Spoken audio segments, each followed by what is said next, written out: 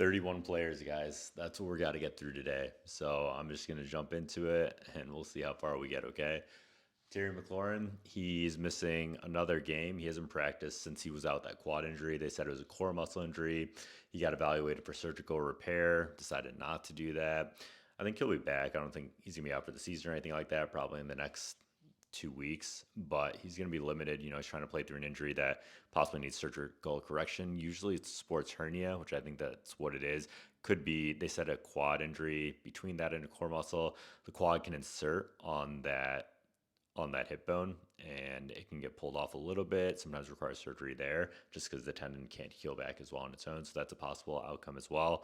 But his cutting maneuverability is going to be way down. So we'll see what happens. Chuba Hubbard, so he's got that calf injury. He also was doing sideline exercises, but not really doing any full practices or limited practices. Rico Dowdle has been doing really well. He's about to go off this week.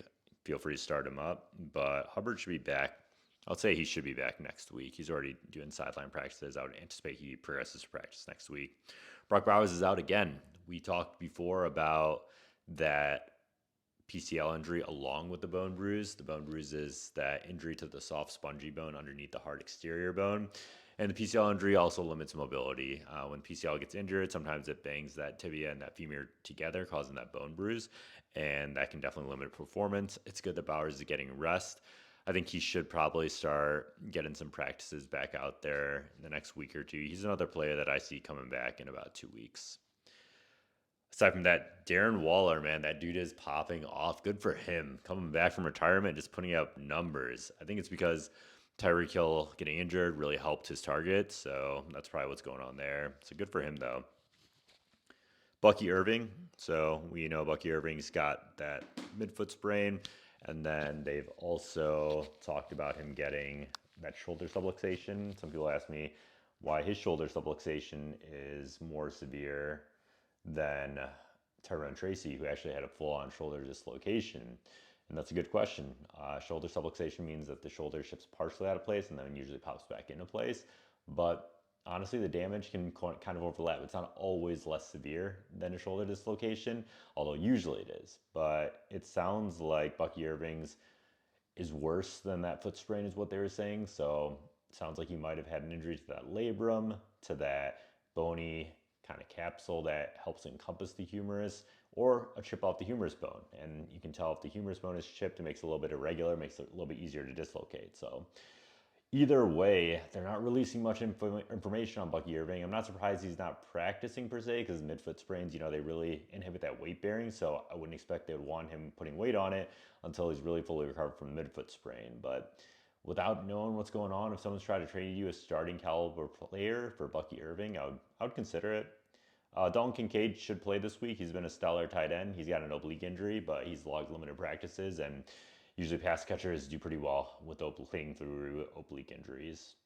Coleston Loveland, another tight end. He had a hip injury, a hip pointer. Usually, I would say it's a hip pointer. That's the most common hip injury when a player takes a direct hit to that hip bone. Basically, there's a mild bone bruise to that iliac crest, or that front part of the hip bone that you can feel, assuming that you're skinny enough. And that can cause significant issues with hip flexion, hip mobility for a couple of days, a couple of weeks in severe cases, but it sounds like he's been practicing. Sounds like he's going to be good to go. Mike Evans had that hamstring injury. I talked about how it'll likely be a multi-week thing, and it has been. The good thing is that it's actually the opposite leg from his past 7 hamstring injuries, and yeah, that's correct. He's had about 7 hamstring injuries. So he should be back week 7, week 8. Definitely good candidate to keep on your roster, in my opinion. I think they're going to take it easy with them because as they're doing pretty well and they need to make a playoff push, they can't do that without Evans, in my opinion. Godwin, he's been ruled out for likely a couple weeks due to that fibula aggravation. They're saying it's not related to that surgery and his ankle dislocation. That seems very unlikely to me, to be honest. I don't see how it possibly couldn't be. But we'll see. I don't think Godwin's going to be relevant fantasy-wise. Ceedee Lamb has been doing exercises, individual drills. I think he's got a good shot at coming back next week, and he's got to be an instant insert into your roster. I was going to say if he was active this week, I would have been a little bit apprehensive, but I think he's going to be back next week, and I do think that it's time to trade away to trade away one of the two players. And I think Ferguson's that guy that's going to lose the target share. I think Pickens might be able to still maintain his value, but if you get really good trade value for Pickens, then, offload him as well. Other than that, Aaron Jones, I think he's going to come back. I think he's a great IR stash. Someone asked me about my favorite IR stash. I think it's Aaron Jones. Mason hasn't really done anything, and Jones has been a really reliable fantasy player when he's healthy. Aside from that, Brandon Aiyuk, I don't think he's going to be relevant. He had that multi-ligament injury. There's been no reports about when he has a timeline for return. Same thing with Joe Mixon. Joe Mixon, not really any kind of word on it. I wouldn't be holding him on my roster. Godwin, I also wouldn't be holding on my roster anymore. Jauan Jennings is limited, but he should be playing. And without Pearsall in the lineup, I think he's a great start. He actually has better separation and a better catch rate than Pearsall when he's active. Ricky Pearsall is still out with that PCL injury, and that is not unexpected. PCL injuries can last for a little while. I do think he'll be a good fantasy player when he's active, and once he's active, I would start him, assuming that he's logging full practices.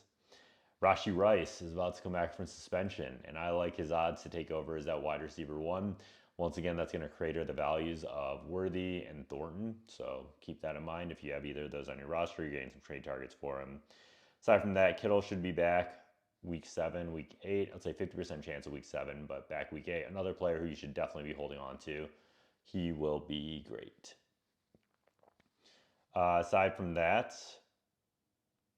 Brock Purdy was using the sled for his turf toe. I think that's a really good sign. I think he'll be back next week. Seems like a reasonable sign for that. The fact he's already using a sled on turf toe is a really good sign for his loading ability.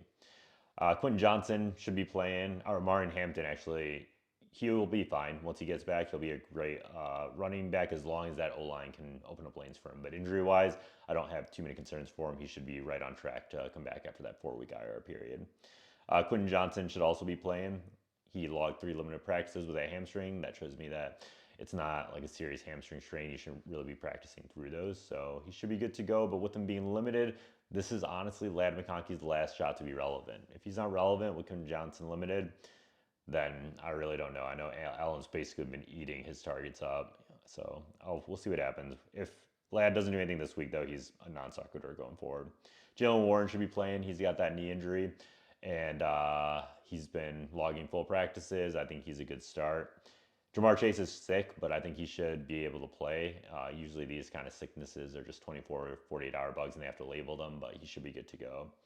Jalen Coker is going to be limited. He's a desperation star, in my opinion. He's going to be a good PPR player probably later on in the season as a flex value, but first game back, returning from that quad injury, I would be wary starting him, especially in that Panthers offense.